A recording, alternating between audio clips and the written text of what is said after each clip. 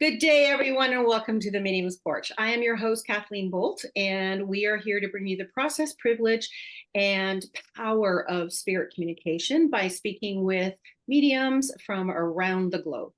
And today we bring you another guest. Before we begin, I'd like to just remind you what we're doing here. This is a Lily Dale Assembly supported program.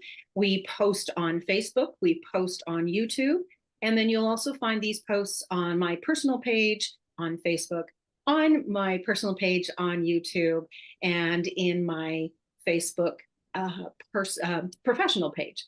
So you'll be able to find these on my website and other people's websites as they are interviewed. So welcome, and know that this program is here for you all week long, the Lily Dale radio program. And we post these videos for your enjoyment and your education. And I just want to go quickly through the list to remind you, since it's still early in the season, what's happening for our programming. We've got Nancy doing Enlightening Your Way Sundays, the first and third Sundays of the month at 7 p.m. We have Tiffany doing her program Beyond. We've got Stacy Schuerman doing her Who Are These Spiritualists? She does that monthly. Colleen Vanderzijden does Embracing Your Essence on Tuesday evenings. Willa does Wednesdays with Willa on Wednesday mornings. Celeste Elliott does Wake Up with Spirit on Thursdays at 10 a.m.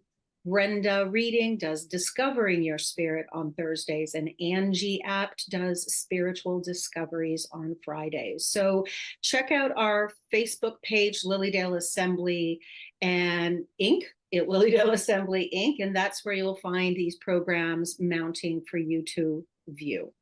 So without further ado, I'd like to introduce you to our guest. I'll read her information and let you know more about her. This is Julie. Hi, Julie. Hello. Julie K. Gray is her full name, and she is a Maine-based interdisciplinary artist, wedding photographer, spiritualist minister, and psychic medium. Julie has earned her BFA in photography from Rhode Island School of Design in 2005. And she since has earned her MFA in studio art from Maine College of Art in 2012. Now, Julie has exhibited widely in the New England area and also beyond that. She's exhibited in New York City, Illinois, Ohio, Texas, New Jersey, Florida, and also Canada, as well as Lilydale. She has photographed weddings for over 15 years and has found joy incorporating art and creative thinking into everything she does. And this I can attest to. I met Julie in Lilydale some years back, and she is just a joyful, creative spirit who is always bringing creative thought to the process of both mediumship and into her work, of course. In 2021, Julie was ordained through the City of Light Spiritualist Church in Lilydale, and she's continued to study mediumship since, having a near-death incident in 2009. And because of this incident, she has sought to provide a proof of the continuity of life and healing to those who seek it. Now, as a clairvoyant, she is an active member of the artistic community. She oftentimes incorporates aura drawings, smoke drawings, and intuitive charcoal drawings into her mediumship work. She embraces the connection between the artistic and mediumship processes. And this is one of the main reasons I wanted to bring her to us today, because here we have a medium who is also an artist, and we can learn more about the artists and the medium's mind today. So I'm really looking forward to that. Welcome, Julie, yet again. Hello. Hello, my dear friend Kathleen. Hello. I am so grateful you're able to join us, Julie. And again, this is a privilege to sit with you, as it is with every medium. But it's such a wonderful thing to sit with those that I feel are kindred spirits. And one of the things I like to ask mediums is, how did you come to this? What calls you, more importantly, what calls you to mediumship again and again? Because, we can have these experiences where we have the near-death experience and we're profoundly influenced by that, but you have turned this into a spiritual quest for yourself. So tell us more about what draws you to mediumship. To be honest, it's just the healing that can come from it. Letting someone know and giving them proof that, this we continue on after the change called death is just so important to me. I remember having my first reading that really, really resonated and provided that moment for me. And I was just like, what is this? You know? It just provided so much hope and healing. And I just really love to be part of that process, kind of on the other side, working with spirit. So yeah, it's all about the healing to me. And so that healing is adding something to your world as well, right? So you're speaking of healing in regard to helping and supporting others. You're finding healing yourself. Is that right? Oh, absolutely. Absolutely. Because I'm still surprised by it as well. You know? Oh, I know. I can totally relate to that. Yeah. Yeah. And so this reward of receiving healing, do you find that it's something that happens as an incident that you're unaware of, or is it something that your mind can actually process, or is it a combination of both? Um, I think it's a combination of both. Yeah. Yeah. Yeah. I don't It's really, okay. yeah. Yeah. Yeah. I think it's a combination of both. I mean, to be honest, I don't really claim, I still love doing mediumship and learning constantly because, like, I don't claim to have any definitive answers myself. And I just love to be so surprised that it's ever evolving. And sometimes I will be surprised that my answers will change over time too. So there are stages. I've talked to a lot of mediums and they talk about the stages of development within their mediumship. Oh, yeah. So do you recognize that in yourself, and how did that unfold for you? Well, I would like to think that I'll always be aware of stages and that there is no top of that staircase. There's of the steps that you're climbing constantly. It's just a never-ending spiral staircase up. Um, Really, I think if I ever get to the point where I feel like I don't want more education or need more education or practice or unfoldment, then I think it might be time to stop. Interesting. Yeah, because I Yeah. know there are some mediums out there, and you've probably encountered them as well. Like a lot of careers and businesses and things that people do with their time and energy, is they get to a certain point, they arrive, right? Like in the case of Lilydale, right? In Lilydale, I became a registered medium. But does that mean I am top-notch medium? I never have to do anything. I am the expert. I never have to learn another thing.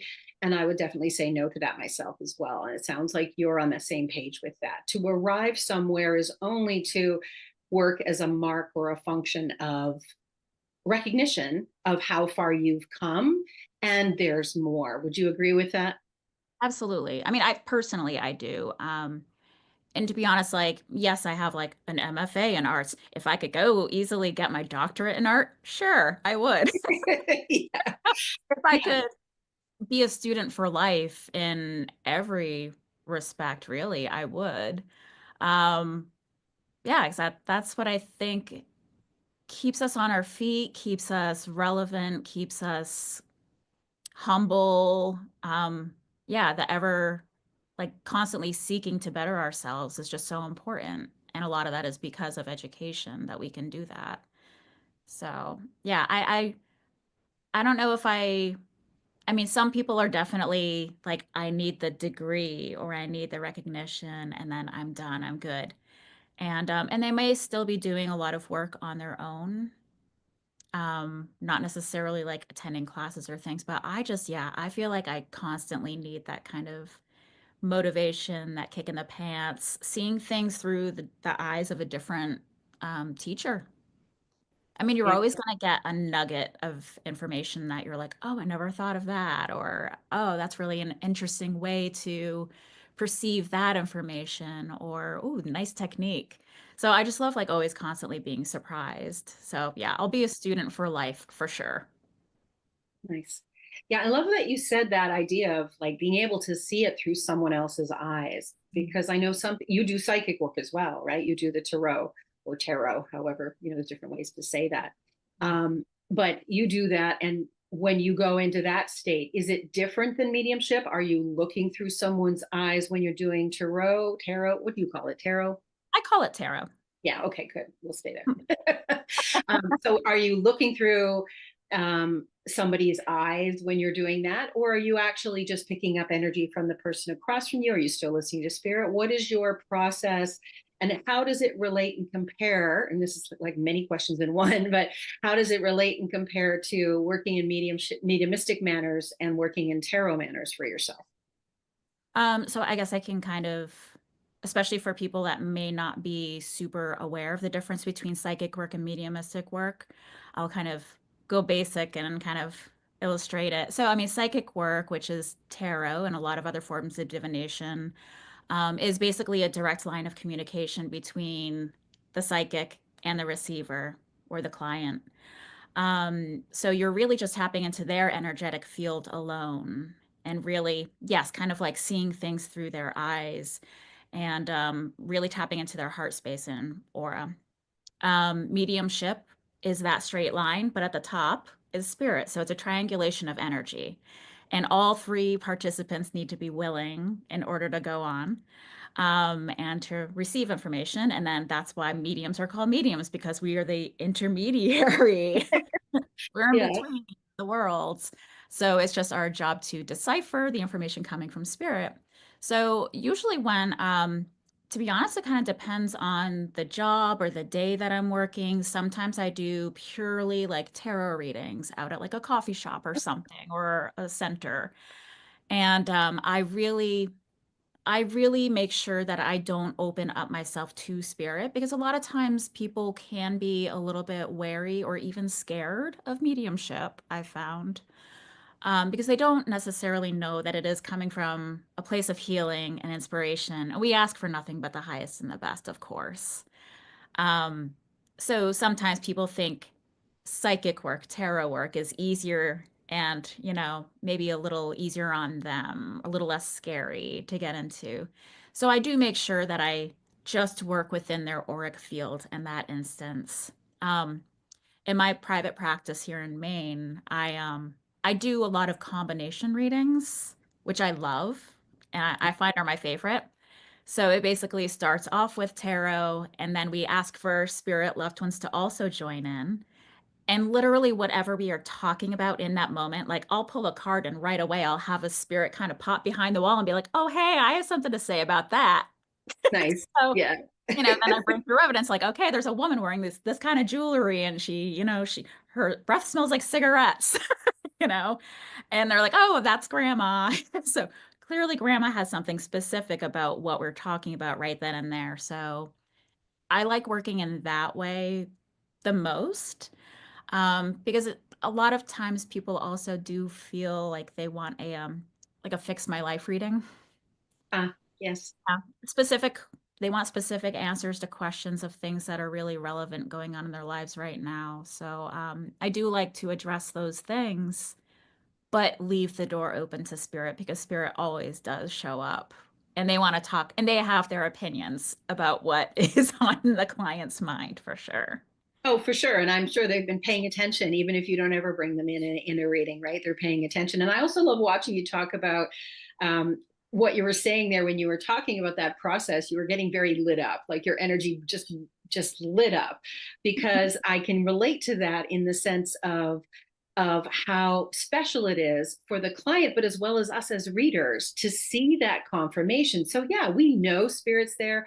We know there's energy transference between people because of that. And we can do these exchanges at the tarot level or the psychic level. But isn't it grand to be able to have something like tarot, have the message there, and then be listening without any preconceived notions, not knowing what's coming in, not having any agenda, and have someone come in from spirit and say, oh, yeah, and this, and that this is the same as what you brought through in the cards. I mean, that confirmation, we need that too as mediums, wouldn't you say?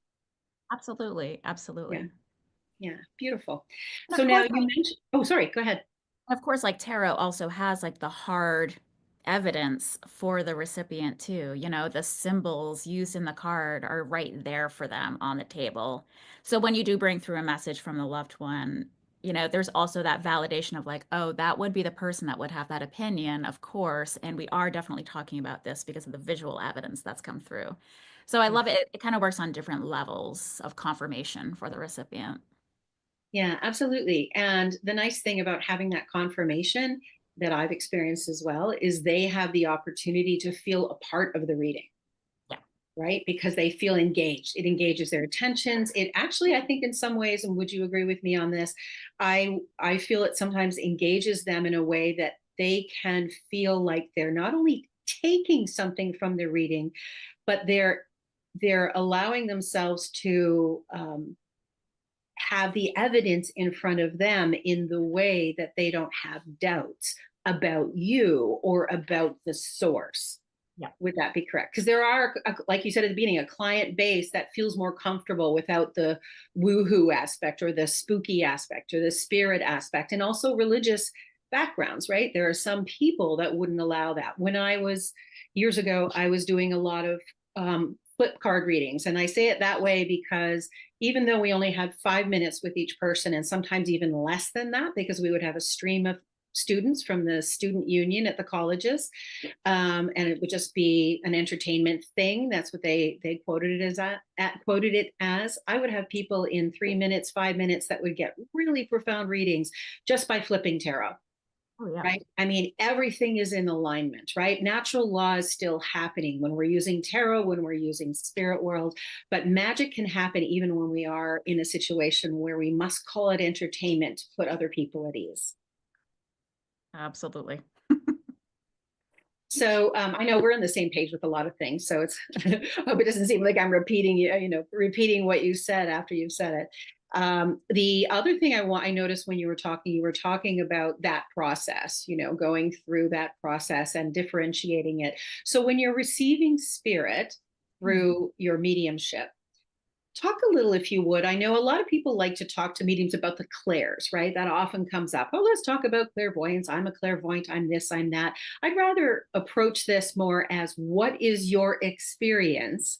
And if you would describe, you don't need to use that vocabulary, or you can, whatever way, but describe to people that are listening what your personal experience is receiving, being a transceiver, being a receiver and a perceiver for spirit. What's that like for you? I guess I'll start as being a receiver. Well, first of all, actually, I'm going to start as being a recipient of mediumship readings because that's how I really started off. I would not say I wasn't a child medium. I definitely learned it as an early adult, even though, it's in my grandma's family line for Right. sure, but I never really embraced it and studied it. Um, so I found that like even receiving messages from psychics, mediums, um, I find I'm very open. I go into the process just totally, totally open as a blank slate, heart wide open. Um, it's funny, even a friend of mine that was serving at Temple Heights with me this summer, we went on a little field trip to Camp Etna and sat in circle. And right off the bat, like, I'm always the person that the medium comes to first. Because Always. I don't right, lit up. I'm very open, and I think like that is just a huge part of it. So it's a good tip for people that are looking to get a mediumship or a psychic reading. Like be as open as possible to this. Body language matters, having your heart open, your mind clear, not constantly thinking about something that went on during the day, just being a blank slate and being ready to receive and ready to give and ready to participate in the process. That's very important. Um, yeah, it's funny. It's like I'm always chosen first in a group. I love it. Um, so I mean, I think that really kind of translates to me doing the work on the other side as being the medium. Sure. Um, I really just, again, create that blank slate and be open to receive any little bit of information. Being a sensitive person is very important in this work. I feel growing up, I was absolutely teased about being too sensitive, Oh, crying too much, feeling too much, being too sensitive in that way. But, that's all part of the sensitivity that is needed as a psychic or a medium to be able to receive any information. Because really, like, I don't visibly see spirit very boldly. Yes, kind of transparently. I get impressions, but I would say it's definitely more of an impression. Like there's a figure right here, and then you kind of tap into it using the other senses, the other clairs. Personally, I don't. It's not like the sixth sense for me. You know, I don't see dead people in that respect. Mhm. So really, I lean into my sensitivity entirely and just like slight impressions that I might feel in my body. I might feel um, something in my gut. I might feel something in my head, like a blow to my head, and know that they passed from either, a stroke or blunt force trauma to the head. So you really have to be so in tune with yourself and sensitive and open and ready to receive and also be okay with not getting things right 100% of the time because spirit is also giving you this information and they're also trying to figure out how to do this properly or most efficiently as well. So the information is always correct, but sometimes our interpretation of it can get in the way. So it's always a learning process in that respect as well. But yeah, sensitivity is huge. But yeah, I'll see, feel, know, sometimes smell, sometimes taste, but rarely will I hear. So I would love for my clairaudience to get stronger over over time. Um, but yeah, it's a mishmash, and I just basically am willing to work however spirit is willing to work with me that day, and I just have to be open to that process. So I'm curious about your patterns as you're allowing all of these senses to be awakened by the spirit in accord to their wishes. Have you noticed a pattern in a reading where is it have you ever thought about, I'm trying to put a question together here. Have you ever thought about when you're in the reading, is it the whole reading that you're focused more on one sense, or is it based on the individual spirits coming in and how they would prefer or work best with you? I'm just curious about that for you. I think it's not me guiding it. I think it's spirit guided for sure. Because sometimes someone will say something and then I'll literally get the impression of like, oh, spirit's saying this, or like, okay.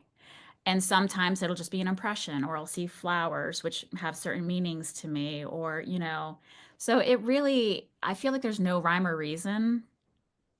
And which makes it even more, I don't want to say nerve-wracking, but I mean, as mediums, we never know what we're gonna say.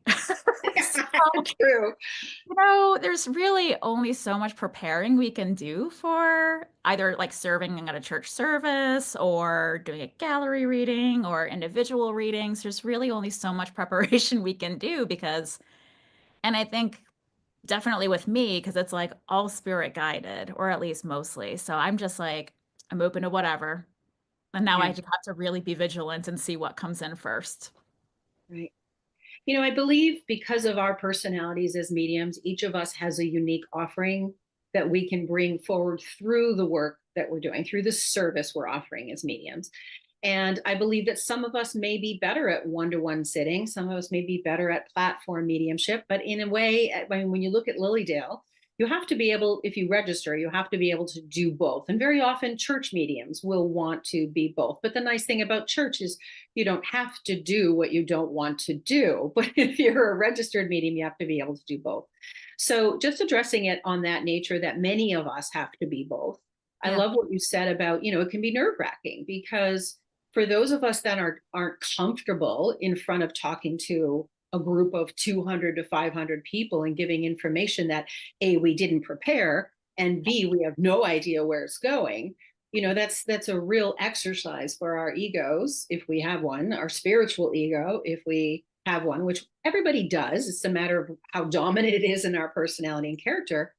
But I'm actually leading you to the point and question of how did you develop trust? Because I know that was something I had to do. I had to get to the place. I never had problem standing in front of a group and presenting. That was never my issue, but it was trusting spirit for me that was the issue, of being able to do that and know that whatever did come out of my mouth would be guided and supported and would come through with love, grace, and support for someone else. And sometimes, as you know, when we're up there, our mind is aware of the thoughts and the feelings as they come through or as they're being communicated. And other times it's just flowing like a channel of water, it's just coming through. And so you really have to get that place of trust. So for you, how did you get yourself to a place where no matter whether you were standing on a platform or sitting one-to-one, that you could trust what was coming through for you? Um, well, how to establish trust. I mean, it's interesting too because like in a lot of ways in my life and areas in my life, I'll always have imposter syndrome. People are like, "Oh, you're an artist," and I'm like, "Am I?" Like, I haven't had a solo exhibition in New York City yet. Am I really an artist then? You know? Yeah, and Yeah. all that work on the back of the wall. Nah, that's no signal and sign. Oh, but it's and Yeah, in my it's writing, natural. It's yeah. natural for many of us to have that, no matter what we do. It's part of human nature, I really believe. Yeah. Yeah. So it is, and even like I'm working on a writing project and like, am I really a writer? I didn't go to school for writing. How could I be a writer? You know? So imposter syndrome in general in my world is a huge thing.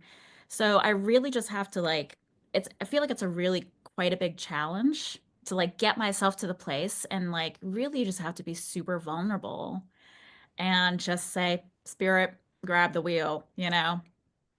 I'm just going to go along for this ride. And I think a lot of that is trying to get out of your head and just really like being okay with failing Uh, and just putting yourself in that position where you're like, it's not even me. I'm not even in control right now. So I'm just the translator. I'm just doing a job. I'm being of service right now. So I think really just getting yourself to that point and having conversations and having prayer to spirit where you're literally saying, I'm putting my trust in you. Please show up. And of course, right. spirit always does show up. Um, so yeah, it's really just getting outside of the logical kind of like judgmental side of yourself that you might encounter everywhere else in your life, which is really freeing. It's very freeing to just say, it's not me anyway, so I'm just going to go whole hog. I'm just going Right. to put myself out there and make a fool of myself, maybe, but hopefully I won't even remember it. And a lot of Yeah. times that Well, happens. it's there is a joy to that, right? When you're giving a Yeah. message and spirit's just giving it and you just trust it to go and you have no idea what you said after. Yeah, exactly. You've gotten to, when you can do that, you've gotten to that place where you can allow that trust, which is wonderful, but it's not 100% of the time, most often. Right. So for us. So yeah, you were mentioning here, and it got me thinking about, that process of letting spirit in. I mean, they've done studies, they're doing more and more studies all the time of how the medium's mind goes into an altered state. Now, those of us that have followed spiritualism and the history of spiritualism and our mediums, we know that. We know we go into a different state of operation. And, some call it trance, but there's also these other levels, right? Of mental mediumship is a different state than trance. And if you're a physical medium, you're in trance and another quality to the state. So there, and healing, right? We don't talk much on this channel about healing, unfortunately, really, because it's a beautiful thing. And we do it verbally through the work we do. But this idea that we're in an altered state. Now, you being an artist, do you see the parallel? Do you notice a sameness, or how is that similarity or experience for you in terms of the altered state or focal point that you're using when you do art versus mediumship? I think because a lot of my work is very detail oriented, very planned out, very strategic in some ways, but I absolutely think that I get the ideas for the works through divine inspiration. Sure. Or, thinking of even like what a body of work should look like. If I'm like going to start a new series of work and I'm just like, oh, what now?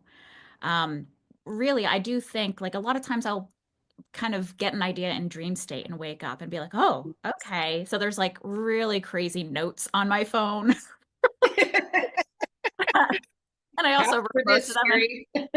yeah, most of the time I can't even recall what they actually mean, but it meant something very important at the time. Um, It's fun. yeah, I do think that. Yeah, absolutely. I mean, so you're using the same side of the brain. You're using the right side of the brain with a lot of this work, mediumship and art. Um, so really it's all about like creative thinking.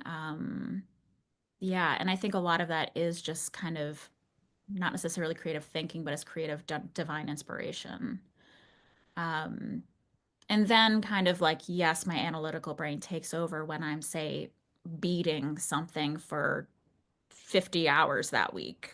Yeah, I mean, clearly the analytical brain has to come in and step in and actually do that work.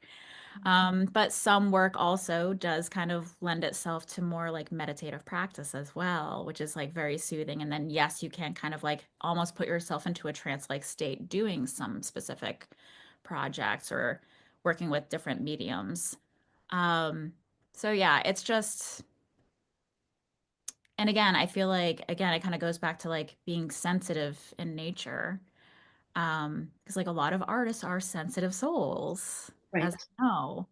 And so of course, like our heart is open as well as our third eye. So, I think it's like third eye led, heart chakra led. It's yeah, we're just kind of like as artists, I think we're open for inspiration to come from any angle. And again, that kind of like relates to how mediums collect information through all the different senses and clairs as well. Right. Yeah, and I love that you're talking about this because it shows that in art as well, you don't always know what's going to come through. And like you said, you have a strategy that you're executing in the manifestation of the piece, Mhm. but before it starts, there's an ideation process that is inspired, Yeah. right? And it's the imagination that kicks in. So I think it's really interesting for a medium to think about it in terms of when you start your mediumship, it may feel like you're making it up because you haven't developed that subtle discernment and distinction and quality of energy that you're aware of that puts you in that awareness and consciousness of this is them, this is me, right? Right. That distinction. But when you're doing art, you don't even really have to make that distinction, right? You get to have that distinction of let's move into something I'm feeling is, or it comes over you, like you said in your dream, you get this inspiration, right? Mhm. But you're in an altered state in the dream, but however you get there, there's inspiration. And then after that, it's like, how does this look? How does this come together? How do I manifest this in the world? And I Yeah. love that because to me, it's a very similar process. Sorry, I'm talking on here, but this is an exciting point for me. um, I think it's really exciting because in both ways, there's the similarity of the inspiration comes, spirit comes in, right? You feel the state, you feel their presence, they are there. The idea for your project comes in, or even like the unfoldment of a concept, right? And then it's like, now how do I get it out? Exactly. It's all And translation. spirit can guide you right through that and give you more inspiration graphically or image wise, color wise, or with mediumship, they'll start leading you into the conversation and the words. But again, like art, how once it's delivered, it's no longer our responsibility. Yes, we have to be responsible, right? About how we manage ourselves in preparation and how it does get delivered, even though sometimes spirit's delivering it, we've worked ourselves to a place where we only have intentions of ethical, production of information. And we have our intentions and spirit works with us through that. However, when it comes out, once it's out and received or viewed in the case of art, that now gets another level of interpretation and absorption that either triggers and opens healing opportunities, inspirational opportunities for them. And that is outside of our control. So I think it's interesting how art and mediumship are qualities that the sensitive, like yourself, are able to navigate through very fluidly Mm. because of those similarities, because it allows us to be in a higher altered different place than our everyday function. And Mm. we're being inspired and surrounded by the spirit that is always there anyway. We're just allowing ourselves to receive. Yep. Okay, so that's my little platform speech on this subject. What are your thoughts on what I said? Is there somewhere Yeah. this is taking you or ideas that you have about that? Yeah. I mean, an artist is a translator. of ideas into something that can be received by an individual or the greater public. And the same thing as a medium. We're translators. And then literally once it's out there in the world, we do just have to put ourselves and be okay with being in that vulnerable position, that sensitive position, because it's no longer part of us necessarily. It's kind of part of the greater being or a greater conversation. So, yeah. Have you Yes to found all that hard?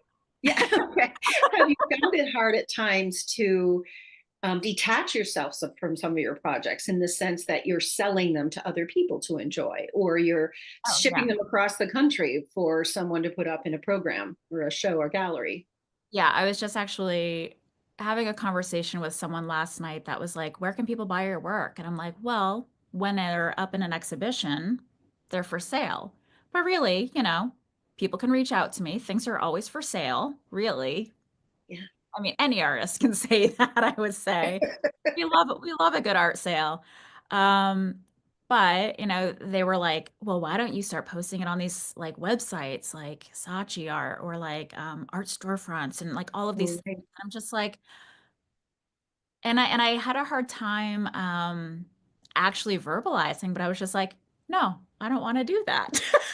Like, um, because it's not necessarily an audience that is catered to the experience. Like when you go into an exhibition, you know what kind of art you're going to see usually by the theme of the work, especially if it's a group show.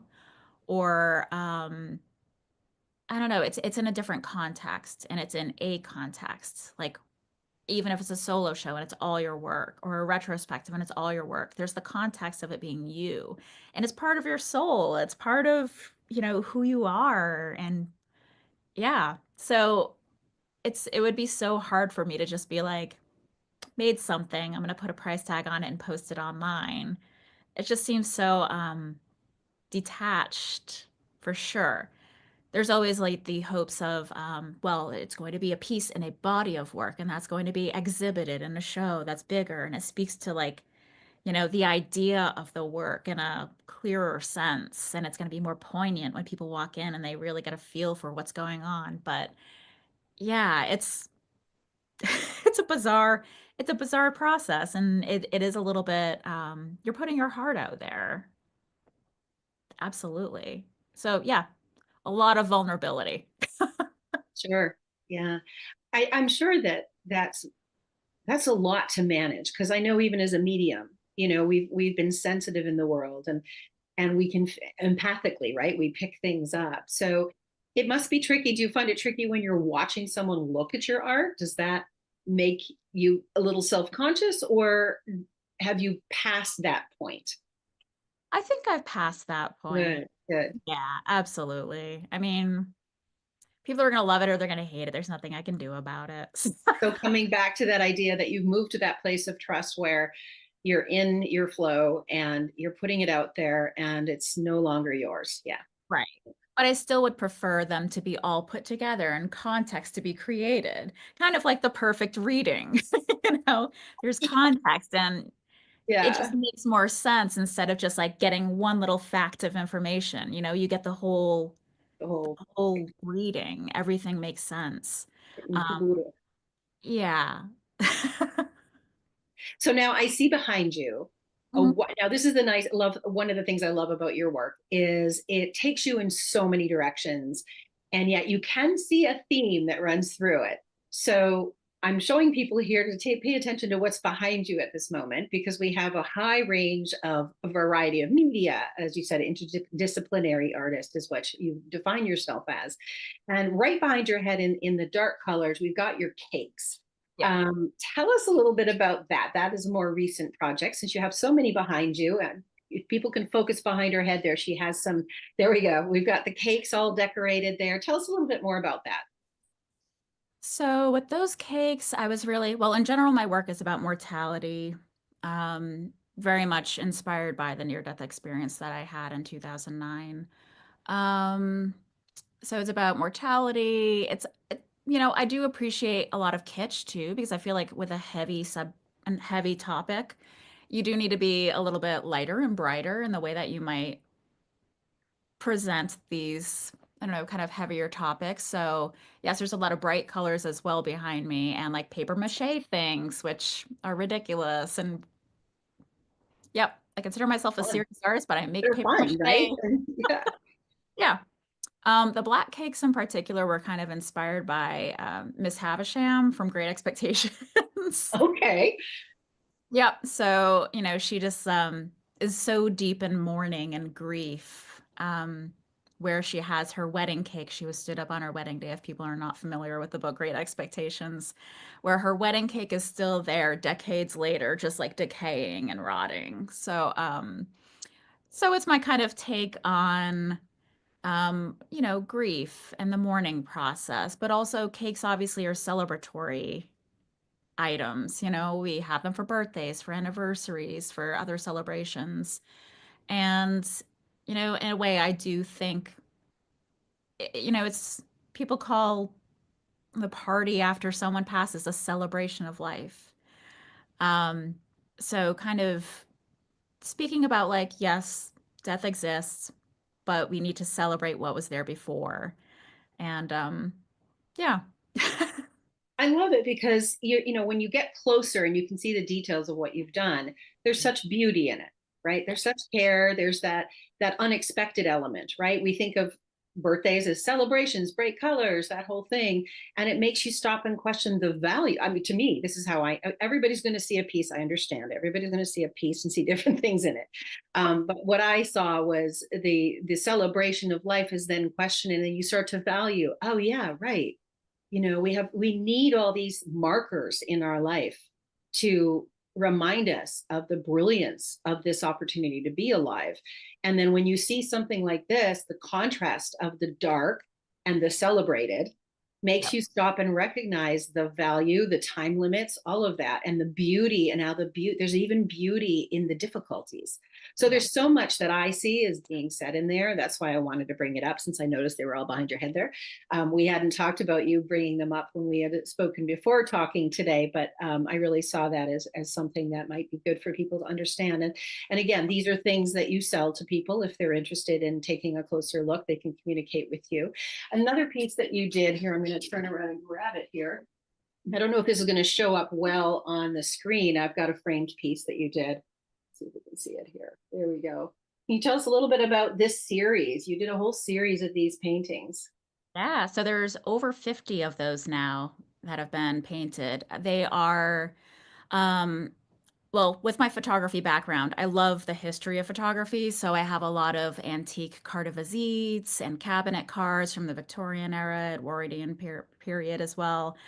Um, and so I stumbled upon this book, which is fantastic, Bitten by Witch Fever. And it is a collection that's been compiled, Victorian era wallpapers that actually were poisonous and contained arsenic and other heavy metals. And so I've, just one of my favorite books, short story, is called The Yellow Wallpaper. And I'm obsessed with it. It's like such a good story, and it takes place in the Victorian era, and it's this woman that's kind of driven mad, but she has this wallpaper that she's obsessed with in her house, and the whole gist of it, which the book doesn't explain it, but the wallpaper was probably poisonous at the time as well, and she's like basically trapped in these four walls of this wallpaper. And a lot of hallucinations would come about from being surrounded by these wallpapers or working with them in the manufacture of them. Because a lot of them contained arsenic, which could create, terrible skin problems, breathing problems, but also hallucinations.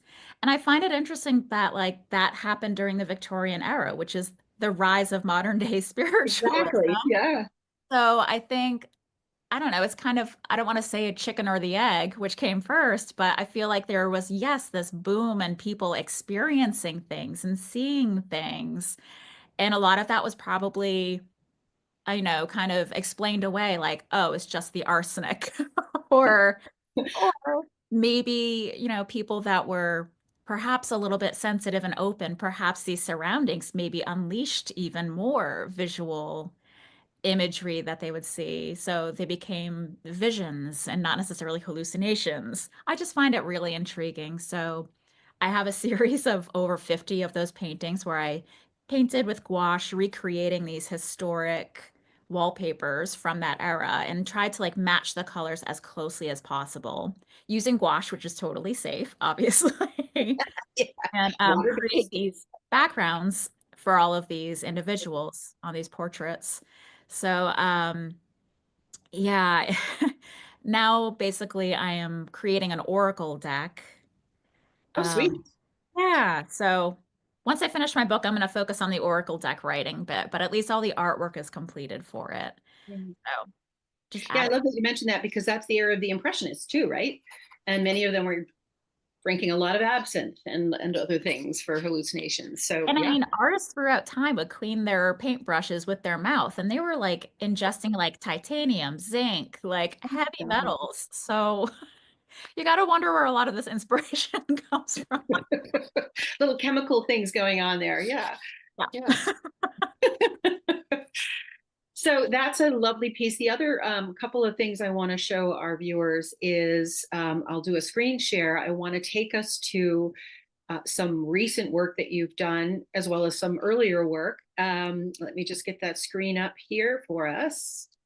And if you want to visit along with me, you can also pull up a little tab in your browser here and look at juliekgray.com. And this is Julie's site for art, her art site. And here you see in front of you some of her spirit photographs. Do you want to talk a little bit about this one to begin with?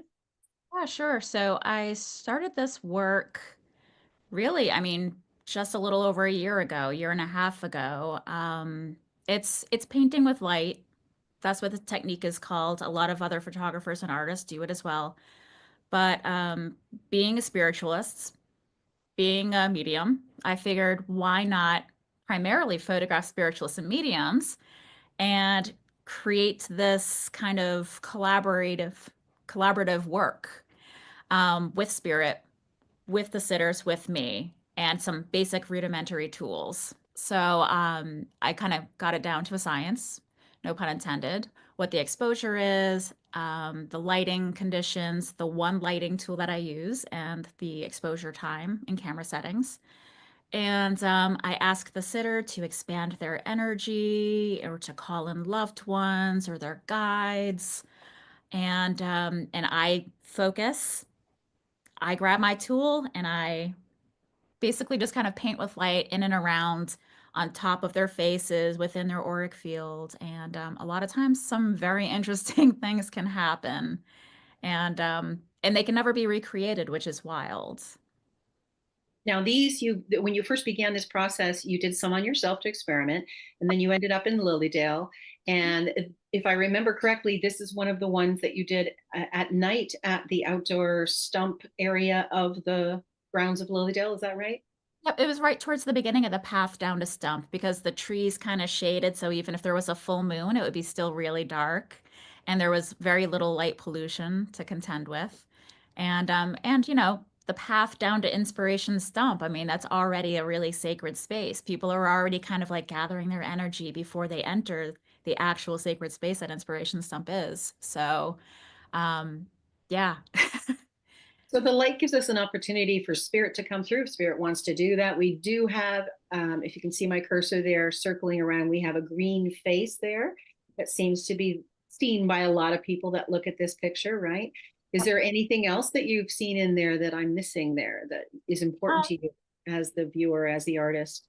I really love the gesture that Leslie has in this image Great. too, kind of like, peaceful hands, kind of healing hands, and it almost looks like a half sphere over her, kind of like the world almost, as if she's like trying to heal the world. Um, and yes, of course, the face kind of like coming in overlaid on top of hers is very poignant. Um, yeah, it's just wild. You never really can tell. And sometimes, I'll be reviewing them literally on the back of the camera because nothing happens in Photoshop. It's all in camera in the moment. I'll be in the woods at night with people and we'll be looking at them and we're just like, "Oh my God." We're, whoa, what is that? So we're always constantly surprised about what happens. And just image to image, they're so very different. And I'm literally, I'll take about like maybe 1 to 2 dozen, just kind of clicking and moving intuitively around the person. And it's just striking how different they are from one another. Do you find they change over time? Because I know when I was doing it with you, when I saw what you had done on the little clips that I got to see in the digital camera, Yeah. I was seeing things, and then I was seeing things. I was seeing emergence of shapes and forms in the light. And then when it got printed later and was larger and I looked at it more closely, I didn't see the same things, but I Mhm. saw other things. Do you find that do you believe it's more of a function of the viewer or more of a function of the actual image changing? Yeah, that's interesting. I think it could be a combination of both, to be Okay. honest. Yeah. Um, a lot of, I mean, like if you get like an intuitive charcoal drawing done in a reading or something along those lines, or a smoke drawing, a smoke reading, and Yeah. the particles are said to be able to move and change over time. So Right. who am I to say that it's just the perception of the viewer, the owner of the piece, or if the particles are changing? Who knows? I have no answers, but I love the fact that, yes, the experience does change over time. Yeah. I'm going to show another one here to everybody. This one here has more reds in it. Talk a little bit about this one, if you would, Julie. Okay, so this is a portrait of my friend Brandy, and at this point she was, looking up, and she was literally calling in her guides Mm, and her spirit team. So she definitely feels like this is one of her guides kind of coming in and we're speaking with here in her. the green. That green face kind of looking down, and it's like the angle of their faces, it's meeting. So there's that one was one of those like, whoa moments And for again, sure. she's notice I love this arc of light around here too. And this little bit of light coming in around the third eye Yeah. area, or going out, depending which way that was actually going. Yeah. And there was one more. I'm gonna go ahead and get one more here Sure. for us. That was the one with Sam, if I can find it. There it is. Oh, yep. So right here, right? Yep. Oop, Point of attention right here. yep. So, and this one, once again, she was calling in her team, her folks. And I mean, I definitely see like it looks like the profile of almost like a skull, a red skull coming in and looking directly at her, kind of as if, and it's very metaphorical. I mean, death is speaking to her, kind of as cut and dry as that. So I feel like this is kind of like a beautiful illustration in a way of like what mediumship is. Obviously, it's not a beautiful, lovely looking face. It's, kind of like Grim Reaper-esque, but for people that work in like tarot, a skull isn't necessarily a scary symbol. It's a reminder of death and the circle of life and, the Yeah, death and card. other cultures, right? Other Southern, Mexican cultures and other cultures revere the skull as a start of life. So, yeah, beautiful. You also took several pictures and self portraits in Lilydale years ago, and I love these. These are your self portraits as a ghost. So we have the bench at Lilydale, and you've got yourself sitting there. This is one that stood out to me here. We can talk about that if you like. Sure. So I was very, very grateful to have received a grant from the Ellis Beauregard Foundation in Maine as a travel grant. And these grants were all awarded to us right before COVID hit. Oh, I didn't know that. Oh yeah. They were awarded to us at the very end of 2019 and I think in December of 2019.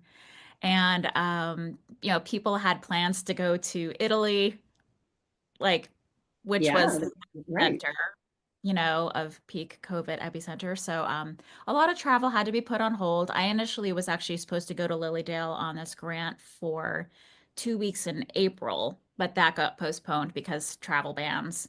So thankfully, though, I was able to go during the end of October into early November of 2020. Okay.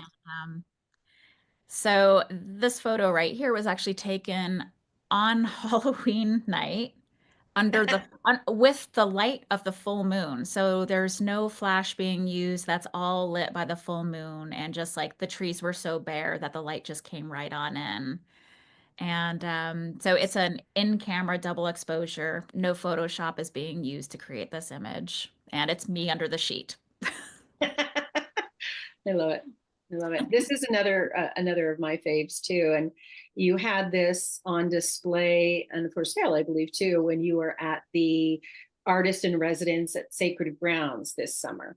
Yep. It was a little bit about this one.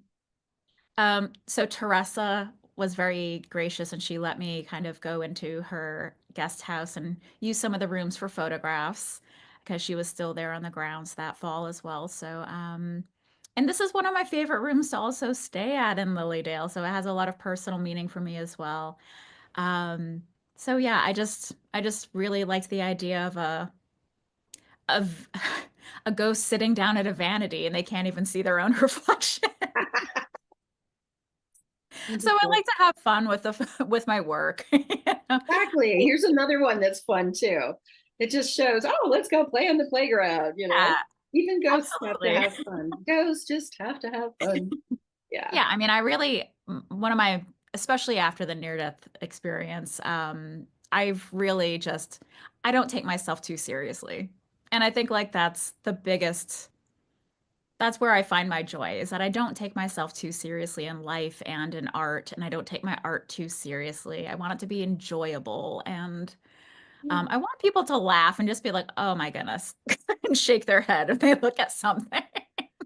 Well, just like in mediumship, right? We bring joy to mediumship, you know, the two Yeah. together. And life is about enjoying ourselves as well. So I'm so glad you mentioned that. So Oh, anybody interested in seeing more of Julie's work, please do visit her website, connect with her, communicate with her. juliekgray.com is her art site. If you want to find her, we can still talk some more, but since I'm on the mode of talking here related to your websites. You also have the website for psychic. Is it psychic medium, Julie yep. K. Gray? Okay. Yes, psychic medium Julie K. Gray. Yep. Okay. And then you have a Facebook page as well. And as a tarot reader, you are also offering on Instagram, social media. You have, is it Thursdays that you pull a card for people and they can ask a Yep, question and get an answer through that, which is yep, I fun. do. Yep, my little Oracle Thursday days where I pull two cards and, ask spirit for guidance for the week for us all. And then later in the day, or sometimes on Instagram, I'll post both of them at the same time. But on Facebook, I'll post one and then the other later in the day. Yeah. Yeah. So I guess we have been talking for a while, haven't we, Julie? Is there anything you want to share with our listeners from your experience, learning, growing, unfolding? Do you have special teachers or teachings that have come to you? Anything you want to share with others that really uphold you, your personality, your work, but also something that would be helpful to others? Yeah, I mean, I really think finding the right teacher or mentor for you is such a personal preference, but I say try everyone. Take all the classes you can attend or get your hands on or books you can get your hands on. I mean, I did a lot of studying in the beginning with under Jake Samayedny, and then I ended up doing a certification program through Patricia Price. And so really, you take what you love from each mentor, despite how different they may be, even because everybody has something to share, and you can learn something from everyone, which is so important. And gosh, locally, I still like to try to get into as many in-person classes as I can. So here in New England, like Circles of Wisdom in Methuen, Mass, is a great place. Okay. They have a lot of like in-person and online classes as well. And like Lauren Rainbow teaches there every now and then. John Holland is great. Sometimes Joe Shield will go there and teach there as well. And he's nice for those of you interested in art, right? You want Yeah. to do portraiture and work with art. He'd be a good influence there as well because he teaches that process to people. Mm-hmm. Yeah. So really, I mean, my biggest advice is to like literally just study under as many people as you can. Yeah. And Lilydale offers in the summertime intensive programming with a variety of classes. I'll be teaching platform mediumship this summer. Will you be teaching anything this summer in Lilydale? No, just because I don't know when wedding season is. Oh, that's right. Yes, right. Because you're busy with that as a professional photographer. Absolutely. But during the year, you can also check into the Lilydale Assembly.org page, and there are online classes being offered by teachers. So, is there anything you would suggest to people in helping them find the right teacher for them? Like, what would they know in order to know they were in the right spot? Any thoughts on that? Let intuition guide you. I don't know. Really, that's what I would say. Yeah. Just like kind of a medium delivering messages out at stump say, you go to the people with the smiles on their faces. Yeah. The people you get the good vibe from. Yeah, yeah. Yeah, exactly. So really lean into your intuition and you feel like, oh, that's going to bring me joy, or that one might be challenging, or but I still feel like there's something I need to learn from them. And just kind of, yeah, with whatever you're feeling you might need in that moment, kind of let intuition guide you. And I think like learning anything, we have to be ready to roll with the punches. In the sense, what I mean is we can be disappointed by classes that we sign up for or teachers we sign up for. Because I know you and I have had some discussions about courses we've taken and things that are interesting to us on a one-to-one. And some people don't resonate with us, but we don't know that till after, but we felt drawn to them. And that can be confusing, but in the end, it can actually be incredibly helpful because sometimes we just need to learn what not to do Exactly. through encountering energy that may be actually pulling us in, but then pushing us away from, and because it's off from our values. So Right. I think it's really important, like you said, the intuition to really get a sense of who you are, what you know, what you want, know what you're aiming for. And even like, I know when I started this, I went to fellowships and I was just in my glory, in my joy. Like I was like, this is awesome. I let my inner 5-year-old free and she's like saying to me, it's about time. So, focusing in on these subjects in a way that you've been following them all your life and then finding a place where there's kindred spirits and a support network and an educational program with strategy, and not strategy as in scientific strategy, but just a strategy toward this is an unfoldment process, was just really remarkable for me. And so like you, I know I've known you for a while now, and I have seen you out in Lilydale at the stump a lot, not just working, but observing. Yeah. And I think what you're doing for yourself, or just my opinion on that, I think is a magical thing because you're watching people that are doing things are in discord with your values. And yet you're also watching people that are in accord with your values. So you and your spirit team are sitting there absorbing the possibilities and the range and scope that's available. And then within that, you can hone in on how you can offer your gifts best. So Yeah. that would be my tidbit to add on to yours to give more of a shape of how I know you work, that you are unfolding continually and that you do admire mediums and hold them not on a pedestal, but as equals that are learning, growing, unfolding just as you are, each in our own unique way. So I'm very proud of you for being that person. And it's really nice to see mediums out there in the world that aren't giving up on the process, are open to expanding and deepening their trust, are willing to express themselves through their art and through other media. Right. I think there's so many places we can take this. Not everybody that has an intuition has to become a medium. Right. Right. So we've got artist options there as well. So beautiful. Absolutely. So everyone, we could probably talk on and on and on because I love talking about this subject of art and mediumship together. But I want to let you know, Julie's fabulous, as you can see. You can reach out to her for psychic readings. You can reach out to her for medium readings, tarot readings, smoke readings, which, woohoo, we haven't talked much about that, but that's that smoke goes in the air and you interpret it, that quality of energy as it comes through. And Collect sorry. it on the paper. Oh yeah, you collect it right on the paper. So then I end up like scanning or photographing the image and sending that to the recipient as well. But it's basically scrying. Yep, a form of scrying. Oh, I'll have to make an appointment for that. I haven't done that yet.